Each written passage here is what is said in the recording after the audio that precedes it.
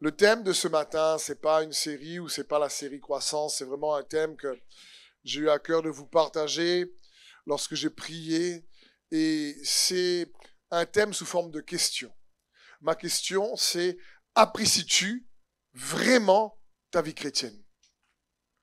C'est: est-ce que tu apprécies vraiment, j'insiste sur le vrai de vrai, est-ce que tu apprécies vraiment ta vie chrétienne? Merci. Vous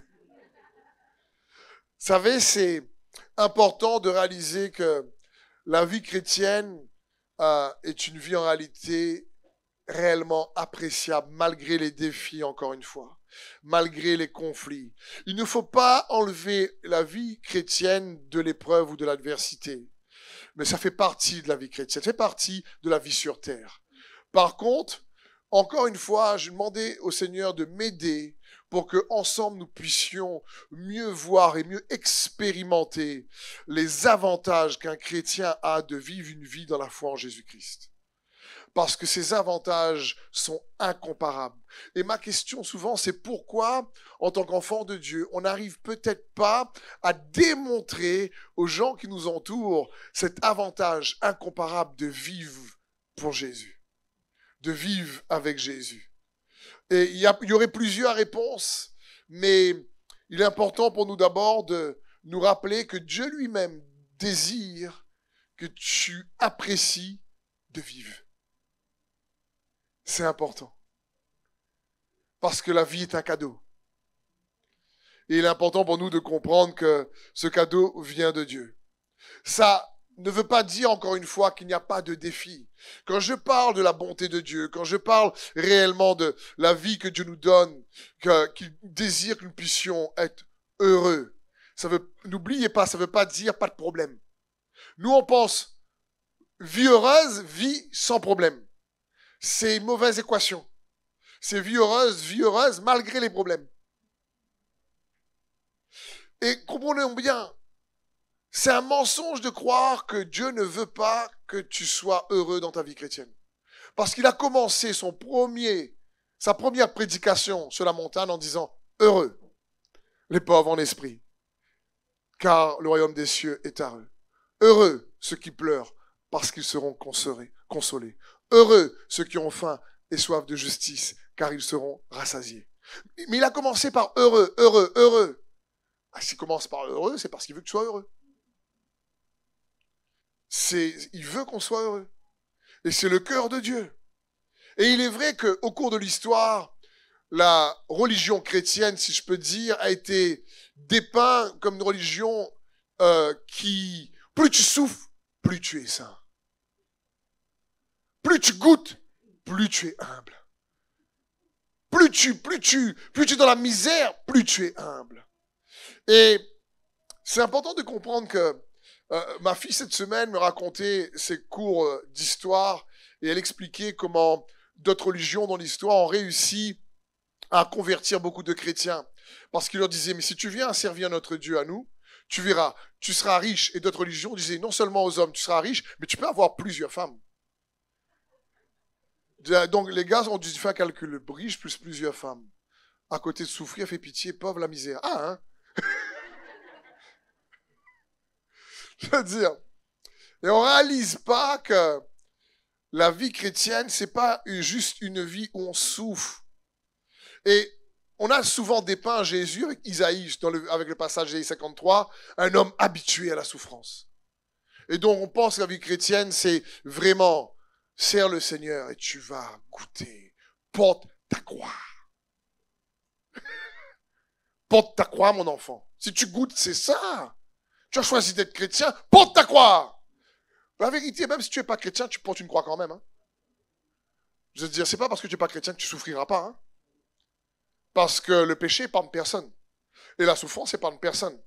Même si le diable épargne certains pendant un temps, c'est pour juste les faire en sorte qu'ils goûtent plus après coup. Hein.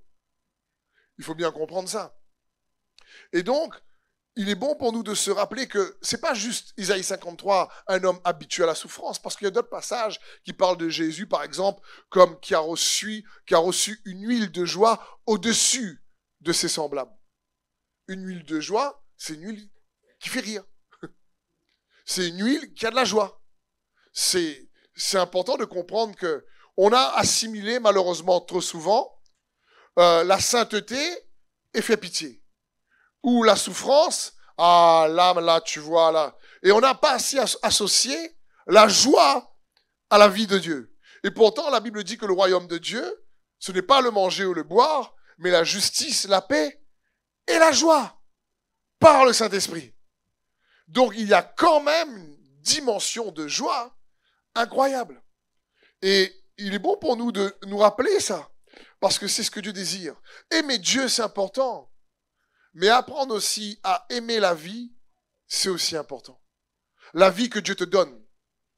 Parce que oui, on va dire, oui, mais Jésus a dit dans la parole, celui qui aimera sa vie la perdra. Oui, il a dit, celui qui aimera sa vie égocentrique, en réalité, risque de la perdre. Mais il n'a jamais dit la vie que lui te donne de ne pas l'aimer. Il a dit, je suis venu vous donner la vie et la vie en abondance. On parle de celle-là, on ne parle pas de la vie biologique, on parle de la vie Zoé. D'ailleurs, l'apôtre Pierre, dans 1 Pierre 3, va dire ceci au verset 10. Il va dire, si quelqu'un, c'est qui ça? C'est toi et moi. Si quelqu'un, en effet, veut aimer la vie et voir des jours heureux. Qui a envie de ça? Voilà, c'est normal. C'est-à-dire, si quelqu'un veut aimer la vie et avoir des jours heureux, je pense que toute personne sensée a envie d'avoir des jours heureux et aimer la vie. Parce que c'est pas vivre sur terre et galérer tout le temps, c'est un peu compliqué. Il y en a qui sont tellement malheureux, malheureusement, dans cette situation, qu'ils n'ont plus envie de vivre. Et c'est pas ce que Dieu veut. Et c'est important pour nous de comprendre. Si tu es attaqué parfois dans certaines situations, tu dis, mais la vie ne veut pas la peine d'être vécue parce que c'est tellement dur. Le monde est tellement difficile, il y a tellement de soucis, il y a tellement de conflits, que parfois on se dit, franchement, vivement Jésus revient, oui. Et je comprends. Mais ça ne veut pas dire en attendant qu'il revienne qu'il faut vivre en subissant la vie. La vie chrétienne n'est pas une vie qu'on subit. Si quelqu'un veut aimer la vie et avoir des jours heureux. Et puis là, l'apôtre Pierre recommande des principes spirituels. Il dit qu'il préserve sa langue du mal et s'élève des paroles trompeuses. Qu'il s'éloigne du mal et fasse le bien. Qu'il recherche la paix et la poursuive. Donc, je te repose cette question à répondre pour toi-même. Aimes-tu vraiment ta vie chrétienne? Ça parle ici, le mot vie, c'est le mot zoé ici, dans la parole de Dieu. Ce n'est pas le mot biologique. Dans le grec ici, c'est le mot amour, c'est le mot agapé, c'est l'amour de Dieu. Et vie, c'est le mot zoé. Ça parle, est-ce que tu aimes la vie que Dieu a pour toi ou veut te donner? Est-ce que tu apprécies vraiment ta vie chrétienne? Donc, il est bon pour nous de bien réaliser ça. Parce que si tu ne crois pas que Dieu s'intéresse à ce que tu sois bien, ça va être compliqué pour que tu sois bien. Dieu s'intéresse à ta vie, à un tel point que Jésus est mort et ressuscité, pour que tu puisses recevoir sa vie. Dieu ne veut pas que tu puisses juste avoir une vie où il n'y a que de la souffrance. La souffrance, elle est là. Il n'y a pas besoin de faire un schéma, tout le monde la traverse. C'est pas juste de dire, écoute, je veux être heureux sans souffrance. Dire, malgré les défis, malgré les combats, malgré l'adversité, Dieu désire que tu puisses apprécier la vie. Dieu veut que tu puisses profiter de cette vie sur terre. Pourquoi on pense que pour vivre heureux et profiter de la vie, c'est le péché qui agrémente la vie? Parce que c'est ce que les gens, des fois, pensent. Je dis, ah, mais où ça l'église ou là? Ça, les religieux, ce marmaille-là. Et du coup, pense que la vie chrétienne, c'est une vie où tu peux être à joie. Parce que tu sais le Seigneur. Parce que, ah, mais on me fait la fête, toi! Et on pense que pour avoir une vie joyeuse, il faut pécher. C'est totalement erroné. La joie vient de Dieu. Hein, et vient de son royaume.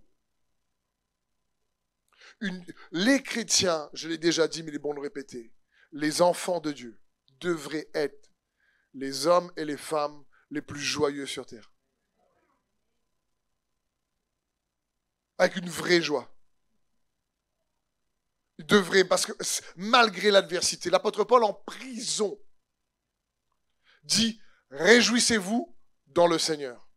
Et puis au cas où on n'a pas bien compris, il dit, je le répète, réjouissez-vous dans le Seigneur.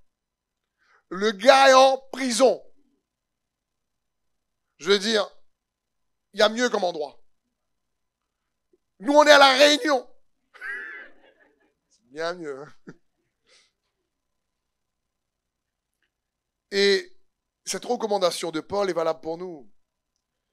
C'est important de comprendre donc que Dieu désire qu'on ait une vie qui soit riche en joie, une vie qui soit appréciable, malgré la souffrance, malgré l'adversité. La vie chrétienne n'est pas censée être ennuyeuse, n'est pas censée être une vie pas très attrayante. Non, les gars, la vie chrétienne, en réalité, quand Jésus dit vous êtes le sel, c'est une vie pleine de saveur. Parce qu'il dit si le sel perd sa saveur, avec quoi on va lui rendre? Donc la vie chrétienne est une vie pleine de saveur. C'est une vie où tu sais que tu as la vie de Christ. Avoir une vie chrétienne normale est anormal. Parce que Dieu lui-même est extraordinaire. Et si l'extraordinaire qu'il est vit en toi, eh ben, il vient agrémenter ta vie ordinaire avec ses qualités extraordinaires. Et c'est ce qu'il désire. Il désire que ta vie soit attrayante. Et s'il y en a qui perdent leur joie, je prie que, au travers de ce message, et à la fin on va prier, Dieu vous redonne cette joie. Puissiez la garder, la protéger, la cultiver, la préserver. Vous puissiez, face aux défis, garder l'espérance que Dieu va agir. Le plan de Dieu, c'est une erreur de juste penser que le plan de Dieu, c'est un plan de souffrance. On récite parfois, vous savez, Jérémie 29, 11, « Car je connais les projets que j'ai faits sur toi, dit l'Éternel, des projets de paix et non de malheur, pour te donner un avenir et de l'espérance. » Et après, dès qu'il y a une saison difficile, il dit, « Mais porte ma croix. » C'est important pour nous de comprendre, mon frère, ma sœur, la vérité, quand parfois on a tous du mal à comprendre, et je me mets dedans avec vous aussi, c'est qu'on pense que nos plans, pour notre vie, est bien plus chargé et agréable que le plan de Dieu pour notre vie. On n'a pas compris que le plan de Dieu pour notre vie est bien plus chargé en bonheur et en paix que nos propres plans. Parce que lui, il sait les projets qu'il a fait sur nous. Des projets de paix et non de malheur. C'est bon pour nous de comprendre ça. Donc, écoutons ce que l'apôtre Pierre dit dans ses recommandations. Il dit, si quelqu'un veut aimer la vie, si quelqu'un veut voir des jours heureux, qu'il préserve sa langue du mal. Commence à dire, oublie pas ta langue. Ta langue, la Bible dit, la langue a le pouvoir de la vie, le pouvoir de la mort. Ta langue va programmer ton futur. Les paroles vont sortir de la bouche, vont s'installer dans le futur et commencer à façonner et à attirer les circonstances. Donc si on est en train de dire souvent des bêtises sur notre futur, c'est pas l'idéal. Même si tu as des ennemis, tu es capable de dire « Hey, toute arme forgée contre moi sera sans effet. » Nous dit la parole de Dieu. Parce que Dieu est avec moi. Il a préparé des projets de paix et non de malheur. C'est son cœur. Il va dire ensuite qu'il s'éloigne du mal et fasse le bien. Là, il parle des actions. Il parle de la semence. Parce qu'on récolte aussi ce qu'on sème. C'est un principe. Et la Bible dit, ne vous lassez pas de faire le bien. Car au bon moment, le moment de Dieu, vous récolterez. Et le moment de Dieu, ça paraît des fois hors délai pour nous, mais ne sera jamais hors délai. Parce qu'il désire que ce principe de la semence, on récolte. Et après, il va dire qu'il recherche la paix et la poursuive. Ça parle ici de notre comportement, de nos relations.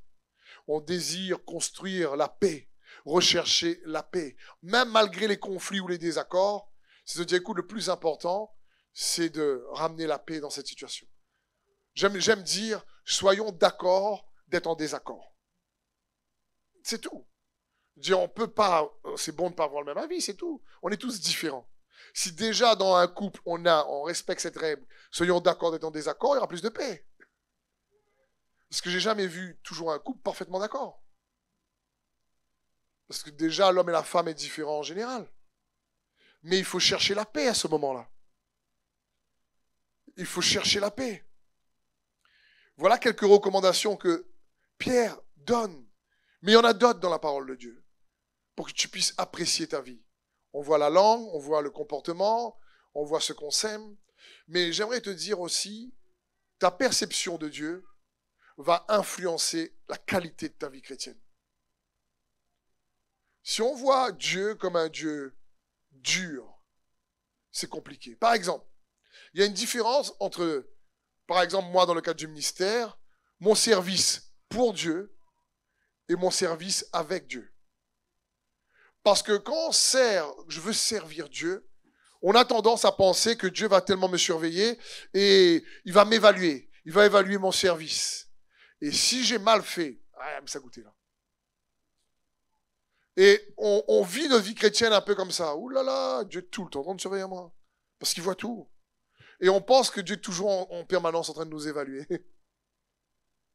Même si chacun en rendra compte, Dieu ne veut pas qu'on ait cette perception de lui. Il désire qu'on puisse comprendre qu'il est mort et ressuscité, qu'il nous aime.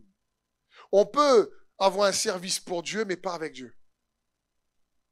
Ce que Dieu désire, c'est que tu apprennes à servir avec lui, à collaborer avec lui. Il est l'Emmanuel. À participer à sa nature divine. On a déjà vu ça plein de fois. Quand tu participes à sa nature divine, c'est que tu participes à sa victoire. Tu participes à sa paix. Tu participes à sa joie. C'est quand même chouette. Tu participes avec lui. Parce que si, par exemple, on pense que Dieu va nous punir constamment, on n'a pas compris c'est quoi la grâce. Et encore une fois, ça ne veut pas dire parce que Dieu nous fait grâce qu'on doit faire n'importe quoi. Parce que là, on n'a pas compris aussi c'est quoi la grâce. Les deux sont extrêmes. Les deux sont extrêmes. Pas utiliser la grâce pour faire juste ce qu'on veut, c'est pas vrai ça. La grâce de Dieu nous est donnée pour faire ce que Dieu veut. Donc, ta perception de Dieu est aussi importante. Si tu réalises que Dieu est bon, que c'est un Dieu qui vraiment, quand tu le sers, il n'est pas là comme un Dieu égocentrique, sers-moi, éloue-moi, et ta vie va être dure, tu verras, souffle et tu vas comprendre. Si tu veux rentrer dans le royaume, tu vas goûter d'abord. Il n'est pas comme ça. Je prie que nous puissions réaliser que servir le Seigneur, être un enfant de Dieu, avoir une relation avec Dieu, devrait avoir pour conséquence que ta vie soit plus agréable. On pense, par exemple, si je gagne au loto, alors ma vie serait plus agréable. Si je gagne au loto, que je ne joue pas, mais les autres jouent pour moi, ça c'est les chrétiens. Alors là, moi je ne joue pas au loto, c'est un jeu de l'argent des bêtes. Donc tu comprends quoi. Mais si un jour je prie quelqu'un à jouer pour moi, le gratte un billet pour mon anniversaire, par exemple, il donne-moi une petite enveloppe. Et on ne réalise pas. Et là, on s'imagine des trucs. Mais si je gagne réellement 100 millions au loto, alors ma vie sera plus agréable. Et on n'arrive pas à faire la même chose en disant, mais en réalité, si tu vis vraiment avec Dieu, ta vie est plus agréable. Parce que le loto risque pas forcément de rendre ta vie agréable plus. Le matériel, oui, tu vas bien gagner. Mais si tu n'as pas les épaules pour porter le succès ou gérer les finances, ça peut devenir un gros piège en réalité. Donc, comprends bien, ta perception de Dieu est importante. C'est l'erreur un peu qu'on voit dans la parabole des talents. Entre celui qui reçoit 5 talents, celui qui reçoit 2 talents, celui qui reçoit 1 talent. Celui qui reçoit 5 talents multiplie avec 5 talents.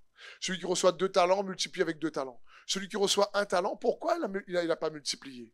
Pourquoi il n'a pas été fructueux dans sa vie? Il va dire dans Matthieu 25, 24, la Bible va dire, celui qui n'avait reçu qu'un talent s'approcha ensuite et il dit, Seigneur, je savais que tu es un homme dur, qui moissonne où tu n'as pas semé, qui amasse où tu n'as pas vanné. J'ai eu peur. Je suis allé cacher ton talent dans la terre. Voici, reprends ce qui est à toi. Il n'a même pas perdu, il a rendu. Mais sa perception du maître était erronée.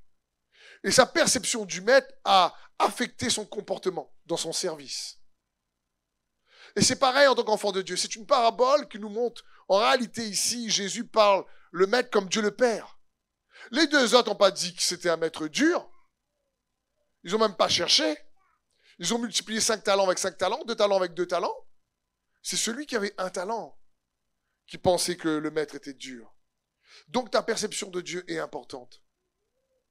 Et s'il y a bien un psaume, il y en a plein, mais celui que j'ai eu à cœur de vous partager, qui définit bien Dieu, comment on doit le présenter aux autres, pour qu'ils aient envie quelque part de connaître ce Dieu merveilleux qu'on sert.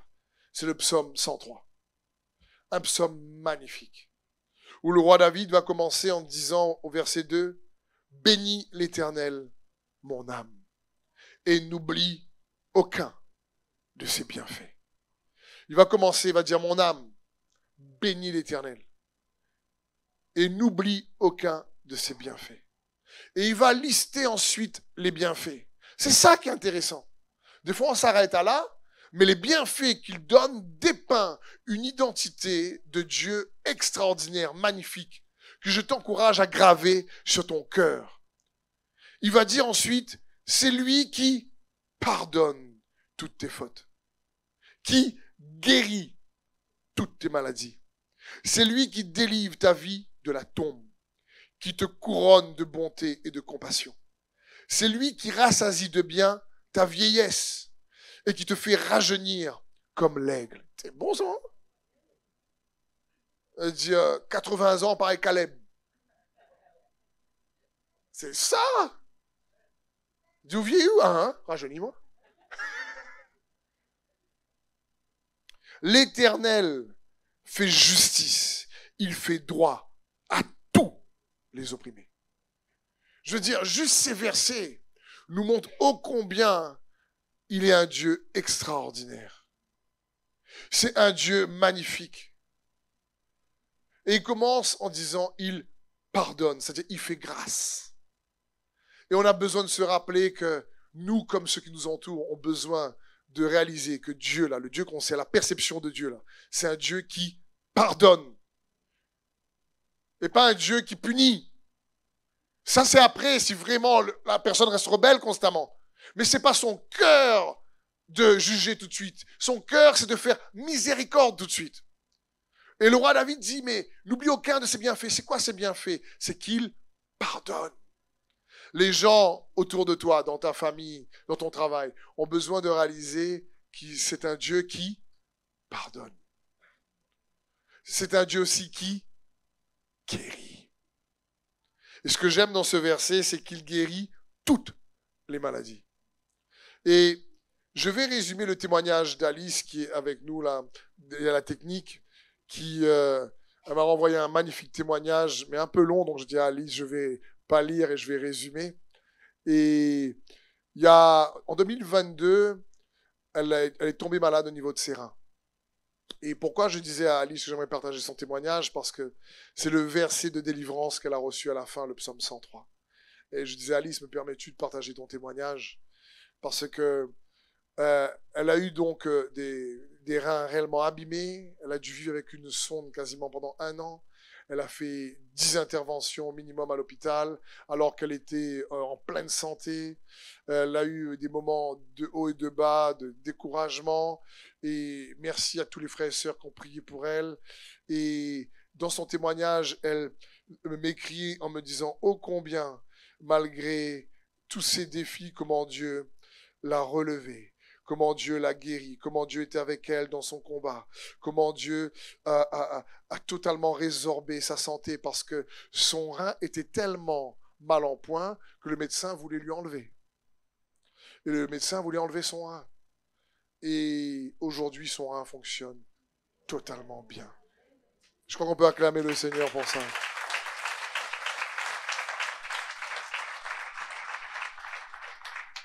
Et lors de la dernière intervention, elle est ressortie de cette intervention avec le psaume 103.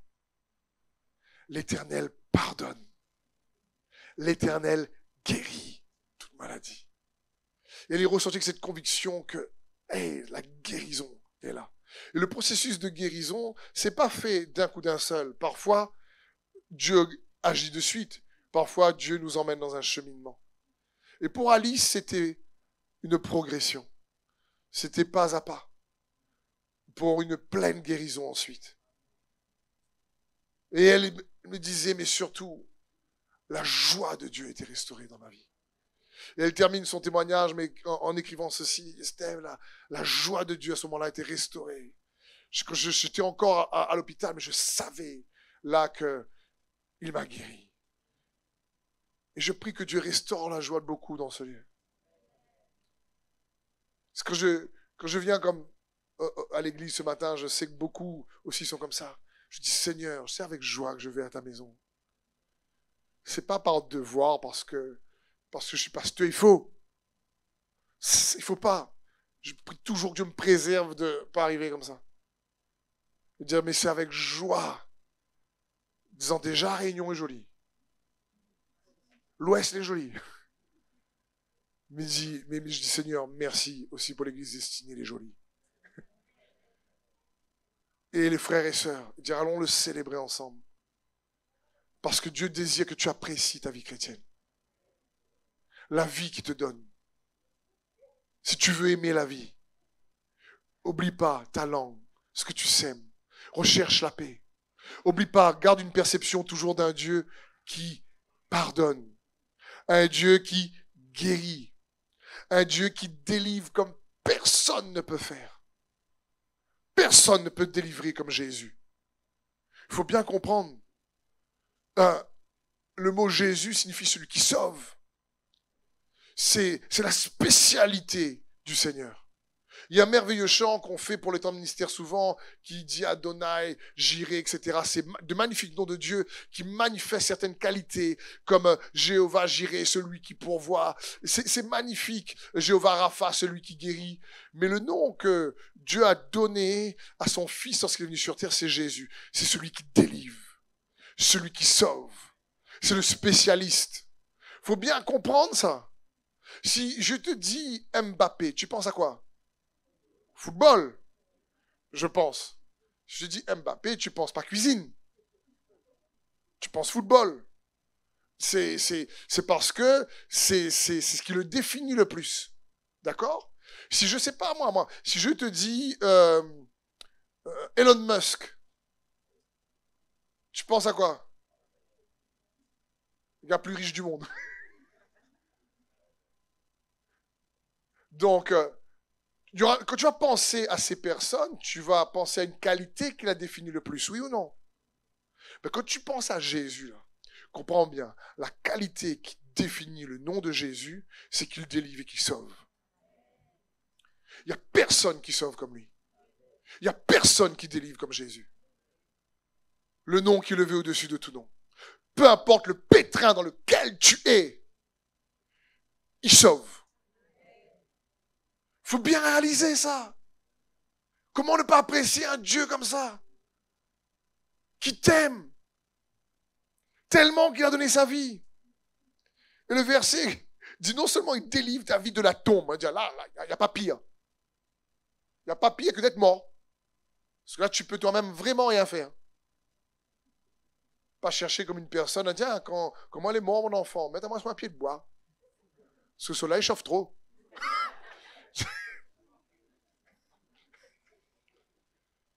Elle n'a pas bien compris.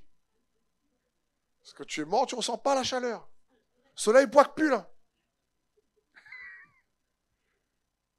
Mais lui, il est capable, il délivre ta vie de la tombe. Il te couronne de bonté et de compassion. Voilà une image de Dieu. Mon frère, ma soeur, le psaume 103, là, grave-le dans ton cœur. Ça dépeint vraiment David en quelques phrases. Dépeint le Seigneur. Comme lui, il le connaissait tellement bien. Et il te couronne. C'est-à-dire quoi? Il te couronne, il fait en sorte que ta pensée reste toujours claire. Et il te transforme pour le meilleur. Il te dit, attends, je vais te récompenser.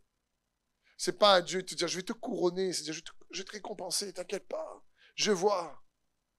N'oublie aucun de ces bienfaits.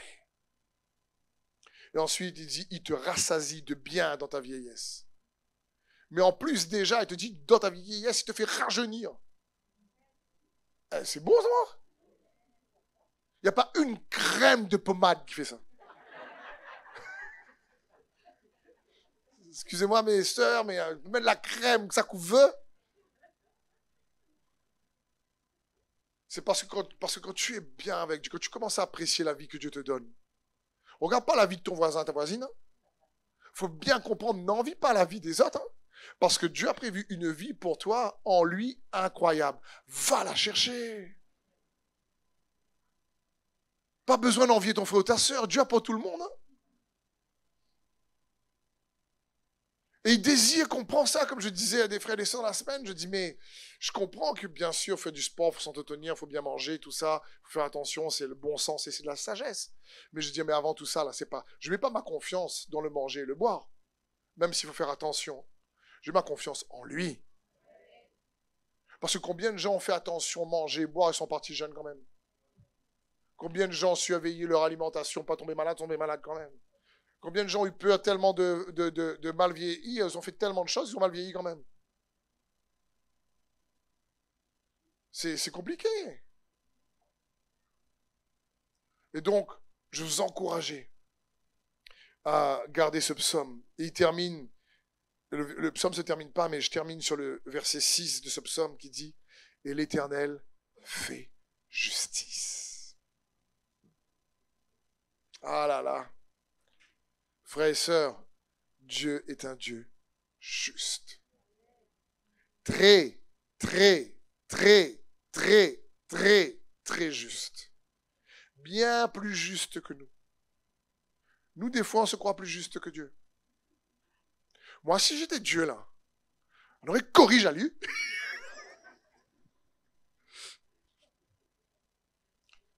On oublie que Dieu est très, très, très juste. Il faut bien comprendre ça. Il fait justice.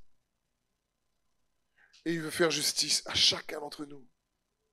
La Bible dit, mais nous n'avons pas reçu l'esprit du monde, mais l'esprit qui vient de Dieu, afin de connaître les bienfaits que Dieu nous a donnés. T'imagines dans 1 Corinthiens, afin de connaître les bienfaits. Donc, comprenons bien, oui, il y a, quand tu sers le Seigneur, un prix à payer. Bien sûr. Mais quand tu ne sers pas de façon le Seigneur, il y a un prix à payer quand même. La vérité est là. Si quelqu'un peut dire, moi je veux vivre sur terre, mais paye aucun prix, ben, tu es mal barré. Parce qu'il y en aura. Oui, servir le Seigneur va demander une piété, va demander une discipline, va demander un engagement.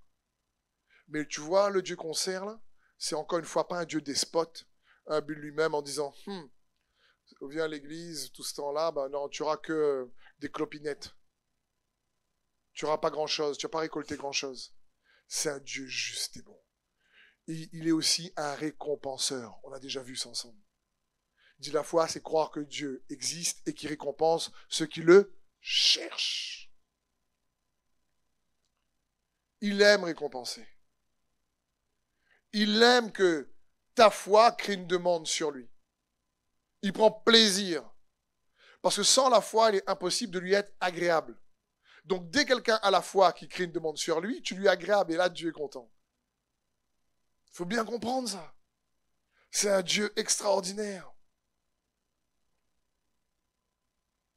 Je prie que tu puisses de plus en plus apprécier ta vie chrétienne, afin d'apprécier ta vie tout court. Parce qu'on ne peut pas séparer la vie chrétienne, bien sûr, de notre vie tout court. J'ai une vie chrétienne quand je suis à l'église, mais j'ai une vie quand je suis à mon travail. Ça ne marche pas comme ça. Ça va être bancal, là. La vie de Dieu, elle est en toi, là où tu es. À l'église, comme à ton travail, comme partout. Même dans l'adversité. Mais si tu veux avoir des jours heureux, si quelqu'un, en effet, c'est-à-dire, surtout si quelqu'un veut vraiment aimer la vie, dis pas sa vie, la vie, la Zoé, que Dieu lui donne. Si quelqu'un veut avoir des jours heureux, il y a plein de recommandations, de principes, si vous préférez, dans les Écritures, pour que qui que tu sois en tant qu'enfant de Dieu, malgré les tempêtes de la vie, malgré les souffrances, malgré l'adversité, malgré tout, que tu puisses avoir accès à la paix de Dieu, à la joie de Dieu, au bienfait de Dieu, parce qu'il pardonne, il guérit, il délivre. Il veut couronner ta tête de bonté et de compassion. Il veut faire en sorte que tu puisses vieillir bien. Et il veut même te rajeunir. Bon sang. Et en plus, il veut faire justice à toutes les injustices que tu as pu traverser. Voilà comment Dieu dépeint, comment David dépeint Dieu, l'Éternel, dans le psaume 103. Et je crois que c'est ce que Dieu désire que nous puissions comprendre. Amen. Parce que, mon frère, ma soeur, nous sommes en octobre, novembre, bientôt décembre, je prie, ma prière c'est que pour chaque famille de l'Église ici destinée, ceux qui nous regardent sur Internet, on puisse terminer les 3 mois forts avec Jésus. Terminer l'année fort avec Jésus. Dire, même si tu attends une percée depuis le début de l'année qui n'est pas arrivée, dire avant la fin de l'année, là, il est celui qui délivre. Il est celui qui libère. Il est celui qui guérit. Il est celui qui justifie. Il est celui qui récompense. Il est celui qui rétribue. Il est celui qui restitue. Alors ne te lasse pas de faire le bien. Déclare dans ces derniers mois, comme dit l'apôtre Pierre, que non, l'année ne va pas se terminer mal, l'année va se terminer bien. Et ce que je n'ai pas encore obtenu, je vais l'avoir avant la fin de l'année. Il va ouvrir des portes que personne ne peut fermer. Il va fermer des portes que personne ne peut ouvrir. C'est dans ce sens. Programme ton futur avec ta langue. C'est pour ça qu'on prie. Et espère en l'Éternel.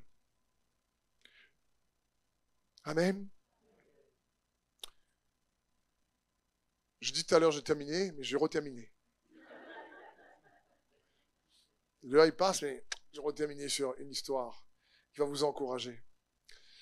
Parce que quand je pense à restituer, des fois, on ne sait pas trop comment on peut gagner du temps. Une des choses souvent que je prie pour moi-même, ma propre famille, l'église que nous sommes, c'est je dis, Seigneur, accélère. Il est capable d'accélérer. Vous savez, comme tu regardes, imagine, tu regardes un film et des fois, tu prends la télécommande, le film est trop lent. Fois 2, fois 4, fois 6, fois 16, fois 32. Et des fois, même, tu prends le curseur, allez, hop, hop. Je veux dire, des fois, je me dis, Seigneur, t'as pas une petite télécommande par exemple, quand tu es dans le problème, là, Seigneur, fais accélération rapide, s'il te plaît. Il me sort dans là un peu plus rapidement, s'il te plaît. Tu peux pas prendre la télécommande. Fais un clic dessus, quoi. Je sais pas, moi. Mettre x 64, là, trop dur.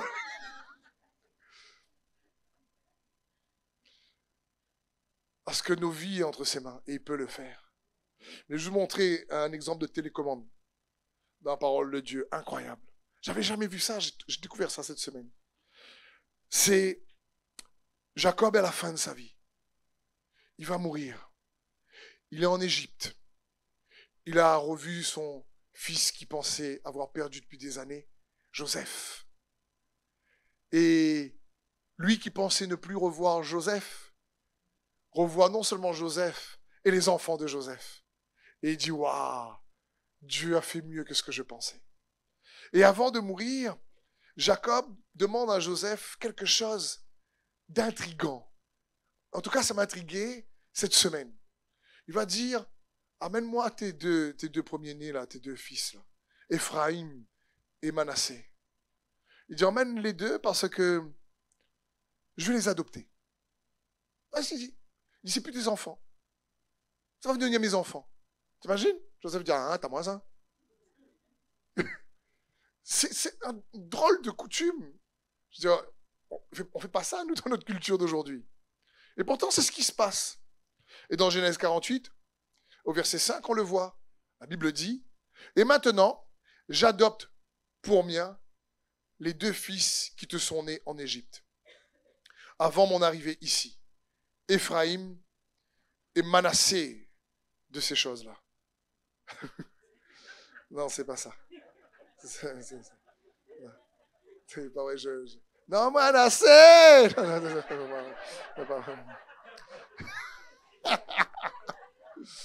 Bon, Ephraim et Manassé. Mais il n'avait pas assez en réalité, d'accord? Désolé, la chanson est dans ma tête. Elle n'a pas sorti, il fallait me sortir la chanson. Ephraim et Manassé seront mes fils au même titre que Ruben et Siméon. Donc il dit, j'adopte tes deux marmailles, quoi. Ça va être mes fils. Quant aux enfants qui te naîtront après eux, ils seront à toi. C'est au nom de leurs frères aînés qu'ils recevront leur part d'héritage. Très intéressant. Imaginez l'accélération qui se passe à ce moment-là dans la vie d'Ephraim et Manassé. Il y a quelque chose, au lieu d'attendre 40 ans pour avoir leur héritage, les deux jeunes marmailles-là, ils vont recevoir l'héritage, non pas de Joseph, mais de Jacob. Ils gagnent au minimum 40 ans. Et il dit, mais à Joseph, tes autres fils qui naîtront de toi, eux, ils auront la part de leur héritage sous Ephraim et Manassé. Et c'est juste incroyable parce que je me suis dit, waouh, on ne se rend pas compte. Joseph a galéré en Égypte. Joseph était loin de sa famille en Égypte. Il a été rejeté. Il a été prisonnier. Il a été esclave. Il a vécu une vie difficile. Mais il a triomphé. Dieu était quand même avec lui. Et il a été heureux même dans l'adversité, même dans le rejet. Il est allé réellement jusqu'à être premier ministre à la place la plus élevée à côté de Pharaon. Même si c'était loin de sa famille. Dieu était avec lui chez Potiphar. Dieu était avec lui dans la prison. Et donc Dieu est avec lui malgré les difficultés. Et il grandit loin de sa famille. Et puis, quand il rencontre à nouveau sa famille et qu'il retrouve son papa, là, son papa lui dit, tu vois tes deux fils, avec toute la galère que tu as traversée, eh ben, tu sais quoi? Eh ben, je vais restituer rapidement tout ce que eux, ils n'ont pas vécu. Tu n'as pas passé du temps avec nous quand on était dans la terre promise, à Canaan. Tu n'étais pas là. Ils n'ont pas vu leur cousin. Ils n'ont pas vu leur cousine. Ils n'ont pas vu le tonton, la tati et tout ça. Ils ont été à part. Ben maintenant, pour la peine, je vais faire justice. Pour la peine, eh ben, je vais accélérer leur récompense. Pour la peine, au lieu qu'ils attendent 40 ans pour avoir leur héritage, je vais accélérer la chose. Je vais les adopter et ils vont pouvoir recevoir leur part d'héritage maintenant. Vous imaginez? Et dire la bénédiction, on ne va pas attendre. La bénédiction sera maintenant. Et comprends bien, mon frère et ma sœur, la Bible dit que nous sommes adoptés par Jésus-Christ, par le moyen de la foi. Et cette image-là de Jacob avec Ephraim et Manassé, c'est une image de ce que Dieu est capable de faire dans la vie de n'importe quel de ses enfants. Je ne sais pas qu'est-ce que tu as perdu. Je ne sais pas dans le passé quelles étaient peut-être les saisons de rejet, les saisons de trahison, les saisons de complications que tu as pu traverser. Mais je sais une chose, c'est qu'il est celui qui restitue. Il est celui qui délivre. Il est celui qui guérit, qui libère, qui restaure. Et là, il restaure Ephraim et Manassé dans leur identité, réellement pas de petits-enfants, mais d'enfants de manière incroyable. Ils font partie des patriarches, alors qu'ils ne sont pas nés de Jacob, ils sont nés de Joseph. Mais à cause des galères qu'ils ont dû traverser, alors Jacob va y remédier. Parce que là où le péché a abondé, la grâce a surabondé. Amen. Amen. Est-ce qu'on peut acclamer le Seigneur, frères et sœurs? Merci d'avoir suivi ce message. J'espère que ce message a fortifié votre foi. Merci également pour tous ceux et celles qui nous soutiennent au travers de votre générosité. Vous avez en bas de votre écran un QR code qui vous conduira vers une page qui s'intitule jeveuxbénir.com. Merci de nous aider à propager sa parole. D'ailleurs, si ce message a fortifié votre foi et que vous connaissez quelqu'un de votre entourage qui aurait besoin de l'entendre, n'hésitez pas à lui partager ce message. Aussi, je vous encourage, si vous le souhaitez, à vous abonner à notre chaîne YouTube. Nous avons des messages nouveaux chaque semaine. Nous sommes aussi présents sur d'autres médias dont vous aurez donc les liens dans la description ci-dessous. En tout cas, merci de nous avoir suivis. Soyez bénis.